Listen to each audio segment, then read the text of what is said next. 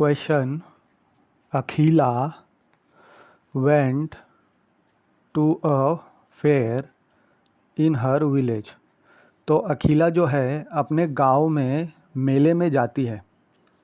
The number of times she played hoopla is half the number of rides she had on the giant wheel. तो अखिला hoopla और giant wheel खेलती है. तो hoopla मतलब गोला फेंक, तो गोले में जो भी सामान आता है वो उसका हो जाता है. तो हुपला खेलती है जितना, उससे ज़्यादा वो जाइंट व्हील में घूमती है. तो हर एक राइड जो है उसको 3 रुपये का पड़ता है और हुपला जो खेलती है उसको वो 4 रुपये का पड़ता है. So how would you find out? तो हमें निकालना है. हम कैसे निकालेंगे? The number of rides she had. तो कितने बार वो जाइंट व्हील में झूली और कितने बार उसने हुपला खेला, ये हमको निकालना है. और क्या दिया हुआ है कि कुल मिला के उसने 20 रुपये खर्च किए. तो सॉल्यूशन देखेंगे. अखिला प्लेड हुपला. तो हुपला जितने बार उसने खेली तो उसको हम काउंट कर लेंगे. मान लो कि x बार उसने हुपला खेली, और जाइंट व्हील में जितने बार उसने खेली हम उसको काउंट कर लेंगे y टाइम्स उसने जाइंट व्हील में राइड किया. तो अब जो कंडीशन हमको दिया हुआ है, हमको पता है 3 रुपये हुपला के है और 4 रुपये जाइंट व्हील राइड करने के खर्चा है. तो ये जो स्टेटमेंट है, the number of times she played hoopla, मतलब जितने बार वो हुपला खेली, जितने बार भी उसने हुपला खेला, वो जो नंबर है that is x is half the number of rides she had on the giant wheel. तो x जो है आधा है y का, क्योंकि x हमने क्या लिया हुआ है, उसने हुपला खेला है, और y हमने जाइंट व्हील राइड किया है. तो हमको क्या मिल गया इसके हिसाब से? x is equal to half of y. वो हो गया. अब जो दूसरा स्टेटमेंट है कि each ride costs ₹3 and a game of hoopla costs ₹4. तो इसके हिसाब से उसने जो खर्चा किया है कुल मिला के 20 रुपया. तो जितने बार वो उसने राइड किया है उसको हम 3 से मल्टीप्लाई करेंगे, और जितने बार उसने हुपला खेला है उसको हम 4 से मल्टीप्लाई करेंगे, और दोनों को ऐड करेंगे तो हमको 20 रुपये हमारा मिल जाएगा. तो 3y + 4x यानी 4x + 3y is equal to 20 हमको मिल जाएगा.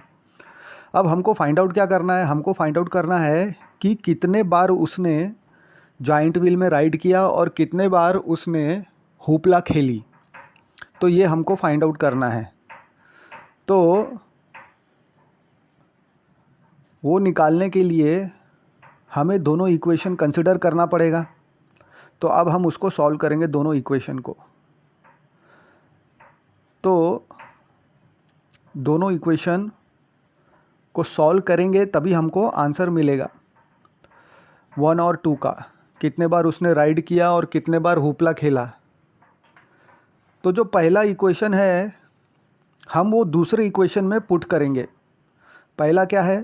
x is equal to half y. तो x की वैल्यू हम हाफ वाई पुट कर देंगे. तो हमको मिल जाएगा 3y + 4 into half y is equal to 20, यानी 3y + 2y is equal to 20, यानी 5y इज इक्वल टू 20, यानी y is equal to 20 divided by 5 is equal to 4. तो y की वैल्यू हमको मिल गई. अब ये जो y की वैल्यू है हम कोई भी दो इक्वेशन में, पहला या दूसरा इक्वेशन में पुट करेंगे तो हमको x की वैल्यू मिल जाएगी. y यानी हमने क्या कंसिडर किया था कि जाइंट व्हील अखिला ने कितने बार राइड किया. तो हमको 4 वैल्यू मिल गई, यानी उसने 4 बार राइड किया जाइंट व्हील. ये हमको समझ में आ गया. अब कोई भी दो इक्वेशन में, इक्वेशन नंबर 1 या इक्वेशन नंबर 2 में हम अगर y की वैल्यू पुट करेंगे तो हमको आंसर मिल जाएगा, कोई भी, पहला या दूसरा. तो मान लेते हैं कि पहले में पुट करते हैं. तो x is equal to half of 4 मिल जाएगा, x इज इक्वल टू 2. तो हमने x क्या कंसिडर किया था?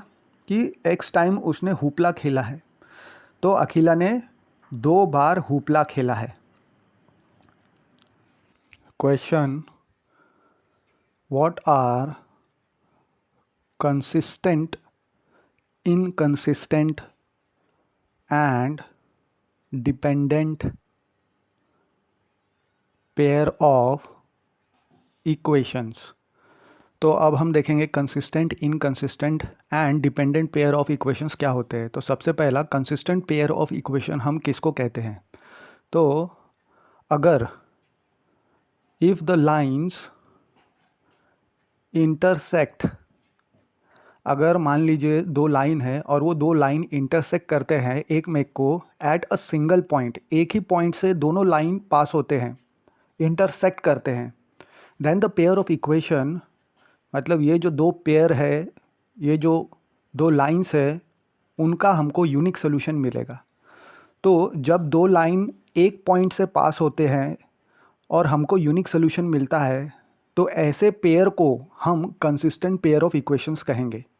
एक एग्जांपल ले लेते हैं, x minus 2y is equal to 0 and दूसरा equation 3x plus 4y minus 20 is equal to 0। तो यहाँ पे अगर x is equal to 0 put करेंगे 1 में, तो हमको minus 2y is equal to 0 मिलेगा, यानी y इज इक्वल टू हमको 0 मिल जाएगा। अब x इज इक्वल टू मान लीजिए कुछ और वैल्यू 2 पुट कर देते हैं, ये हमको कंसिडर करना है वैल्यू। तो 2 पुट अगर करते हैं तो हमको क्या मिल जाएगा, 2 minus 2y is equal to 0, यानी y इज इक्वल टू हमको क्या मिलेगा, 1। तो अब एक टेबल बना लेंगे जहाँ पे जब x की वैल्यू 0 पुट की थी तो y की वैल्यू हमको 0 मिली, जब x की वैल्यू 2 पुट की तो y की वैल्यू 1 मिली। तो हमको कोऑर्डिनेट्स मिल गया पहला इक्वेशन का 0,0 एंड 2,1। अब सेकेंड इक्वेशन में जब x is equal to 0 put कर रहे हैं तो हमको y इज इक्वल टू 5 मिल रहा है। अब सेकेंड इक्वेशन में मान लीजिए x is equal to 4 put किया हमने, तो हमको 3 into 4 plus 4y minus 20 is equal to 0, यानी 4y minus 8 is equal to 0, यानी y इज इक्वल टू 2 मिल जाएगा। तो अब हमको सेकेंड लाइन के लिए भी कोऑर्डिनेट्स मिल गए 0,5 एंड 4,2। अब इन दोनों लाइंस के कोऑर्डिनेट्स को हमको प्लॉट करना है और हम देखेंगे कि ये जो दोनों लाइंस है वो एक ही पॉइंट से इंटरसेक्ट होंगे। तो हम कहेंगे कि दोनों लाइंस जो है इंटरसेक्टिंग लाइंस है और इसका सोल्यूशन यूनिक हमको मिलेगा, जो इंटरसेक्शन पॉइंट है वही। तो पहला लाइन हमने प्लॉट कर दिया, x minus 2y is equal to 0 हमारा पहला लाइन था। फिर दूसरा, दोनों कोऑर्डिनेट्स टेबल में से लिए, दोनों कोऑर्डिनेट्स लोकेट किया और एक दूसरा लाइन प्लॉट किया, तो हमको a मिल गया। a हम देख सकते हैं कि x इसमें 4 है और y इसमें 2 दिख रहा है हमको। तो ये जो पॉइंट a है यही सोल्यूशन है, ये दोनों इक्वेशन का ग्राफिकली हमने निकाला, यानी a 4,2, 4 क्या है, x कोऑर्डिनेट है एंड 2 क्या है, y कोऑर्डिनेट है, हमको यूनिक सोल्यूशन मिल गया। अब इसको हम वेरीफाई करेंगे कि ये तो ग्राफिकली हमने फाइंड आउट कर लिया, अब इसको हम सॉल्व करके वेरीफाई करेंगे कि हमको x की वैल्यू 4 एंड y की वैल्यू 2 आती है क्या, मिल रहा है क्या। तो इसको इक्वेशन को हम सॉल्व करने के लिए पहला इक्वेशन कंसिडर करेंगे, हमारा x minus 2y is equal to 0 था और दूसरा equation 3x plus 4y minus 20 is equal to 0 था, यानी इसको हम 3x plus 4y is equal to 20 लिख सकते हैं। तो दोनों इक्वेशन हमको मिल गया। अब हम देख सकते हैं कि पहले इक्वेशन में अगर 2 से मल्टीप्लाई कर दे हमको, तो y का जो टर्म है दोनों इक्वेशन का वो 4y हो जाएगा, और जब हम उसका डिफरेंस लेंगे तो 4y कैंसिल हो जाएगा और हमको x की वैल्यू मिल जाएगा। इसलिए हम फर्स्ट इक्वेशन को 2 से मल्टीप्लाई करेंगे थ्रू आउट, तो हमको क्या मिल जाएगा, 2x minus 4y is equal to 0। अब दोनों y का टर्म अपोजिट है तो हमको सब्सट्रैक्ट करने की ज़रूरत नहीं है, सीधा ऐड करेंगे तो y का टर्म एलिमिनेट हो जाएगा। तो जब हम ऐड करेंगे तो सेकंड इक्वेशन का कोई साइन चेंज नहीं होगा और हमको सीधा मिल जाएगा 5x इज इक्वल टू 20, यानी x इज इक्वल टू 4 हमको यहाँ पे मिल रहा है। तो 4 हमको पहले ग्राफिकली भी मिला था, x इज इक्वल टू 4, तो यहाँ पे भी सॉल्व किया तो भी x इज इक्वल टू 4 मिला, यानी हमारा पहले x का वैल्यू तो वेरीफाई हो गया। अब x का वैल्यू फर्स्ट इक्वेशन या सेकंड इक्वेशन, कोई भी 2 इक्वेशन में से एक के इक्वेशन में हम डाल देंगे। तो 4 minus 2y is equal to 0 करेंगे तो y इज इक्वल टू 2 हमको मिल जाएगा। तो हमको x और y की वैल्यू 4, 2 मिल गई रिस्पेक्टिवली, जहाँ पे x कोऑर्डिनेट का वैल्यू क्या था 4 और y कोऑर्डिनेट का 2 था जब ग्राफिकली निकाला था तब भी। तो ये हमारा वेरीफाई हो गया रिजल्ट कि यही आंसर आ रहा है। अब हम इसके कोएफिशिएंट के रिस्पेक्टिव रेशियोज इक्वेट करके देखेंगे। तो उसके लिए सबसे पहले a b c की वैल्यू हमको निकालना पड़ेगा। हम कौन सी इक्वेशन से डील कर रहे हैं? हम लीनियर इक्वेशन से यानी लीनियर पॉलिनोमियल से डील कर रहे हैं। तो इसका standard equation of linear equation in two variables हमको पता है ax plus B Y plus c is equal to 0 होता है। ax plus B Y plus c is equal to 0। तो a हमको मिल गया 1, इसको हम a1 बोल देंगे क्योंकि सेकंड इक्वेशन भी हम कंपेयर करेंगे तो उसको a2 निकालेंगे। b1 इज इक्वल टू -2 मिल जाएगा, c1 इज इक्वल टू 0 मिल जाएगा। सेकंड इक्वेशन इसी standard linear equation in two variable से कंपेयर करके a2 मिल जाएगा, b2 मिल जाएगा, c2 मिल जाएगा। अब a1 upon a2, b1 upon b2 and c1 upon c2 निकालेंगे तो हमको दिख रहा है कि 1/3 -½ और 0 आ रहा है। तीनों अलग रेशियो आ रहे हैं। तो जब तीनों अलग रेशियो आ रहे हैं तो इसका मतलब हमको कंडीशन क्या मिल रहा है कि पेयर ऑफ इक्वेशन इंटरसेक्टिंग है। ये हम कैप कह सकते हैं जब हमको a1 upon a2 is not equal to b1 upon b2 मिलता है, तब हम इसको कह सकते हैं। तो ये जो कंडीशन है जिसके लिए हम डायरेक्टली चेक कैसे कर सकते हैं कि वो इंटरसेक्टिंग है लाइंस या इंटरसेक्टिंग नहीं है, यानी यूनिक सोल्यूशन देता है या नहीं देता है, यानी कंसिस्टेंट पेयर है या नहीं है, यानी इंटरसेक्टिंग लाइन है या नहीं है, उसका कंडीशन ये है a1 upon a2 not equal to b1 upon b2 आना चाहिए। अब हम सेकेंड देखेंगे।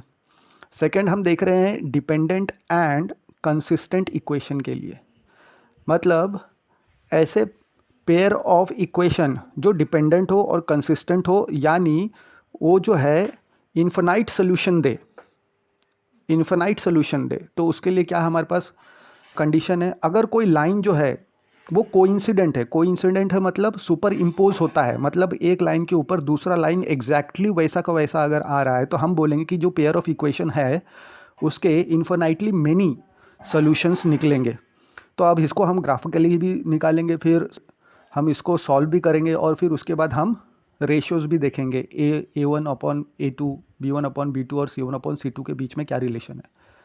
तो एक लाइन अगर दूसरे लाइन के ऊपर सुपर इम्पोज हो रहा है यानी कोइंसिडेंट हो रहा है, यानी उसी के ऊपर वो दूसरा लाइन जा रहा है, तो हमको इन्फिनाइटली मेनी सोल्यूशंस मिलेंगे। तो एग्जांपल के तौर में दो इक्वेशन ले लेंगे, 2x plus 3y minus 9 is equal to 0 and 2x plus 3y is equal to 9। ये हमारा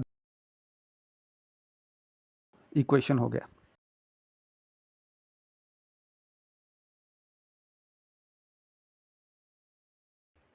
and 4x plus 6y minus 18 is equal to 0 और 4x plus 6y is equal to 18, ये हमारे दो इक्वेशन हो गए।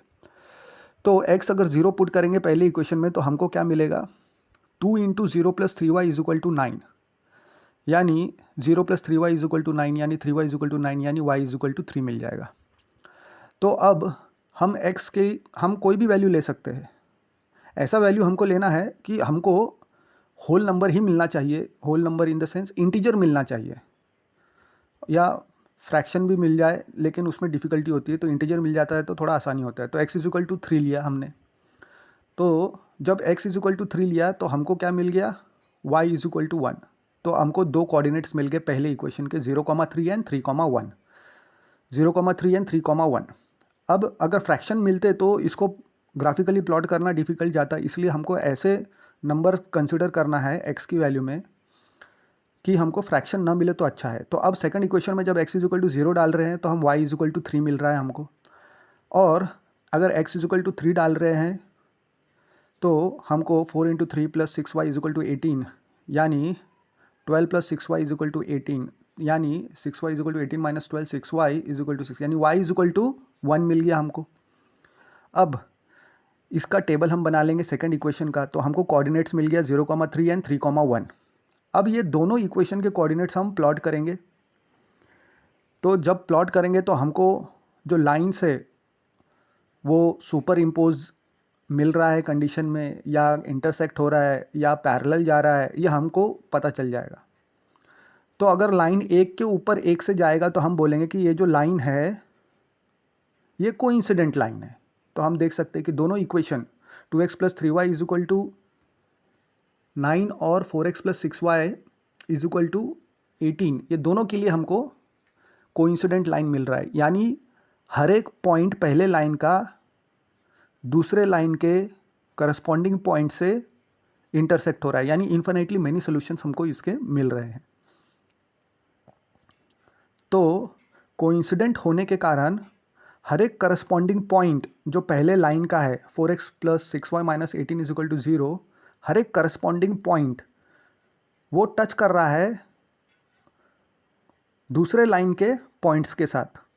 तो ऐसे ही इन्फिनाइट मेनी सोल्यूशन हमको मिलेगा। अब इसको हम वेरीफाई करेंगे। तो वेरीफाई करने के लिए इसको हम सॉल्व करेंगे। सॉल्व करने के लिए हम दोनों इक्वेशन कंसिडर करेंगे। तो पहला इक्वेशन लेंगे, दूसरा इक्वेशन लेंगे, फिर उसको हम सॉल्व करेंगे। तो पहला इक्वेशन लिया 2x plus 3y is equal to 9, हमारा यही इक्वेशन था पहला वाला। और दूसरा इक्वेशन लिया 4x plus 6y is equal to 18, यही हमारा दूसरा इक्वेशन था। अब दोनों इक्वेशन में हमको ये देखने को मिल रहा है कि x का कोएफिशिएंट 2 है, y का कोएफिशिएंट 3 है। तो अगर हम सेकंड इक्वेशन को 2 से डिवाइड कर देंगे थ्रू आउट, तो हमको जो x का कोएफिशिएंट है पहले में वो सेम हो जाएगा पहले और दूसरे इक्वेशन में। तो 2 से डिवाइड किया तो 2x plus 3y is equal to 9 हमको मिला। यानी फर्स्ट इक्वेशन x का कोएफिशिएंट भी 2 हो गया, अब सेकंड का भी 2 हो गया। अब जब दोनों को सॉल्व करेंगे तो हम देख सकते हैं कि left hand side first equation का और दूसरा इक्वेशन का भी left hand side 2x plus 3y ही है, और राइट हैंड साइड इक्वल हो जाएगा। तो जब राइट हैंड साइड इक्वल हो जाएगा तो हमको क्या मिल जाएगा, 9 इज इक्वल टू 9 मिल जाएगा, जो कि ट्रू है हर एक कंडीशन के लिए। इसलिए हम कह सकते हैं कि we have infinite many solution. और हम कह सकते हैं कि ये जो लाइन है कोइंसिडेंट लाइन है या सुपर इम्पोज्ड लाइन है ऑन वन अनदर। तो अब इसको हम कंपेयर करेंगे और रेशियोज़ निकालेंगे। कंपेयर करेंगे standard linear equation in 2 variables के साथ। तो ax plus B Y plus C के साथ कंपेयर करेंगे तो हमारे पास 2 इक्वेशन है। तो पहले इक्वेशन का a1 इज इक्वल टू 2 मिल जाएगा, b1 इज इक्वल टू 3 मिल जाएगा, c1 इज इक्वल टू -9। और जब दूसरे इक्वेशन को कंपेयर करेंगे तो हमको a2 इज इक्वल टू 4 मिल जाएगा, b2 इज इक्वल टू 6 मिल जाएगा and c2 is equal to -18 मिल जाएगा। अब a1 अपॉन a2 का रेशियो निकालेंगे, b1 अपॉन b2 का रेशियो निकालेंगे और c1 अपॉन c2 का रेशियो निकालेंगे तो हमको दिखेगा कि सभी तीनों रेशियोज़ जो है हाफ आ रहे हैं। इसका मतलब क्या है, कंडीशन दो कोइंसिडेंट लाइन का कंडीशन हमको ये मिल गया कि a1 upon a2 is always equal to b1 upon b2 is always equal to c1 upon c2। यानी तीनों रेशियोज़ हमेशा इक्वल आएंगे अगर हमें इन्फिनाइट मेनी सोल्यूशन मिल रहा है। यानी अगर दो लाइन कोइंसिडेंट है, यानी अगर दो लाइन सुपर इम्पोज्ड है, यानी अगर इक्वेशन डिपेंडेंट है, यानी पेयर ऑफ इक्वेशन अगर कंसिस्टेंट है, तो हमको ये तीनों रेशियो जो है इक्वल मिलेगा हमेशा। या अगर तीनों रेशियो इक्वल दिया रहेगा तो हम कह सकते हैं कि पेयर ऑफ इक्वेशन जो है वो कोइंसिडेंट है, डिपेंडेंट है एंड कंसिस्टेंट है। अब इनकंसिस्टेंट पेयर ऑफ इक्वेशन के लिए हम देखेंगे। अगर पेयर ऑफ इक्वेशन इनकंसिस्टेंट है तो हमको तो सोल्यूशन मिलना ही नहीं चाहिए, कोई भी सोल्यूशन नहीं मिलेगा। यानी लाइन जो है इंटरसेक्ट होना ही नहीं चाहिए। तो if the lines are parallel, तो इंटरसेक्ट कब नहीं होगा, जब दो लाइन पैरेलल रहेगी तब इंटरसेक्शन दो लाइन का कभी नहीं होगा और हमको कभी भी सोल्यूशन नहीं मिलेगा। तो जो पेयर ऑफ इक्वेशन है हैज़ नो सोल्यूशन कब, अगर लाइंस जो है वो पैरेलल है तब। तो ऐसे केस में जो पेयर ऑफ इक्वेशन है उसको हम इनकंसिस्टेंट पेयर ऑफ इक्वेशन बोलेंगे। तो सबसे पहले हम ग्राफिकली इसको सॉल्व करेंगे, फिर बाद में इक्वेशन लेके सॉल्व करेंगे और फिर बाद में उसके रेशियोज़ देखेंगे। तो एग्जांपल ले लेते हैं x plus 2y minus 4 is equal to 0। यानी इसको ऐसे लिख सकते हैं x plus 2y is equal to 4 पहला इक्वेशन हो गया, then 2x plus 4y is equal to 12, यह हमारा दूसरा इक्वेशन हो गया। तो अब पहले इक्वेशन के लिए हमको कोऑर्डिनेट्स निकालना है। तो हम ऐसी वैल्यू पुट करेंगे कि हमको जो अगर x की वैल्यू ऐसी पुट करेंगे कि y जो है हमको फ्रैक्शन ना ही मिले तो अच्छा है। तो x इज इक्वल टू अगर 0 पुट करेंगे तो हमको y इज इक्वल टू 2 मिल गया, तो 0,2 पहला हमको कोऑर्डिनेट मिल गया। अगर x is equal to 2 put कर रहे हैं तो हमको y इज इक्वल टू 1 मिल जाएगा। तो अगेन फ्रैक्शन नहीं है, यानी हमको 2,1 दूसरा कोऑर्डिनेट मिल जाएगा। फिर उसका टेबल बना लेंगे हम। तो दोनों कोऑर्डिनेट्स हमको दिख रहे हैं 0,2 एंड 2,1। पहला इक्वेशन का तो हो गया। अब दूसरा इक्वेशन के लिए ये सेम करेंगे, हम x की ऐसी वैल्यू लेंगे कि y जो है फ्रैक्शन नहीं आना चाहिए। तो x की अगर वैल्यू 0 ले रहे हैं तो हमको y इज इक्वल टू देखेंगे कि फ्रैक्शन नहीं आ रहा है, y इज इक्वल टू 3 आ जाएगा। तो 0,3 हमारा पहला कोऑर्डिनेट हो गया सेकंड इक्वेशन के लिए। अगर x इज इक्वल टू 2 ले रहे हैं तो 2 into 2 plus 4y is equal to 12, यानी 4 राइट साइड में जाएगा तो 8 बचेगा, 8/4 इज इक्वल टू 2। तो y इज इक्वल टू जो है हमको 2 मिल रहा है। अगेन फ्रैक्शन नहीं है, तो हमारा जो दूसरा कोऑर्डिनेट हो गया 2,2। तो first coordinate 0,3 and second coordinate 2,2। अब दोनों इक्वेशन के हमारे पास कोऑर्डिनेट्स है, तो अब ये दोनों इक्वेशन के कोऑर्डिनेट्स को हम प्लॉट करेंगे, यानी 4 कोऑर्डिनेट्स है। तो पहले इक्वेशन के 2 कोऑर्डिनेट्स हम प्लॉट करेंगे, फिर बाद में दूसरे इक्वेशन के 2 कोऑर्डिनेट्स प्लॉट करके उसकी लाइन हम खींचेंगे। तो पहला कोऑर्डिनेट हमारा था 0,2, दूसरा कोऑर्डिनेट था हमारा 2,1। तो 2 पॉइंट्स में मिल गया, तो x plus 2y is equal to 4 ये हमने प्लॉट कर दिया लाइन। फिर दूसरा भी लाइन 0,3 एंड 2,2 के लिए प्लॉट किया, तो हमको दिख रहा है कि दोनों लाइन जो है कैसे जा रहे हैं, इंटरसेक्ट हो ही नहीं रहे हैं। क्यों? क्योंकि ये दोनों लाइन पैरेलल हो रहे हैं। तो ग्राफिकली हमको ये पता चल रहा है कि दोनों लाइन इंटरसेक्ट नहीं होने के कारण हमको जो सोल्यूशन है वो मिलेगा ही नहीं। तो हम ग्राफिकली भी बोल सकते हैं कि दिस 2 इक्वेशंस आर इनकंसिस्टेंट, मतलब ये सोल्यूशन देंगे ही नहीं।